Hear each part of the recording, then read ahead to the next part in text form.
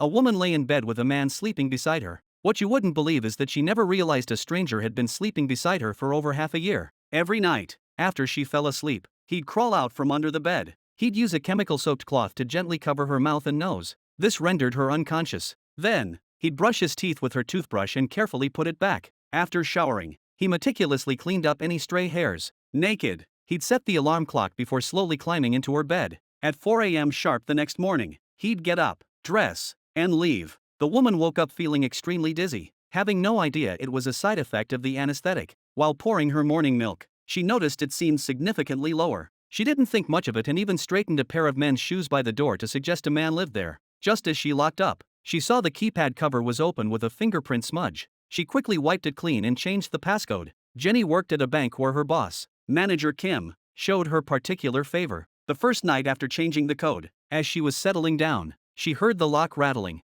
Someone was trying to break in. She moved slowly in the dark, holding her breath, terrified. She didn't make a sound. When things went quiet outside, she peeked out to find no one there. Opening the door, she found only a cigarette butt on the ground. The police refused to file a report since nothing had actually happened, which was baffling. Did something terrible have to occur before they took it seriously?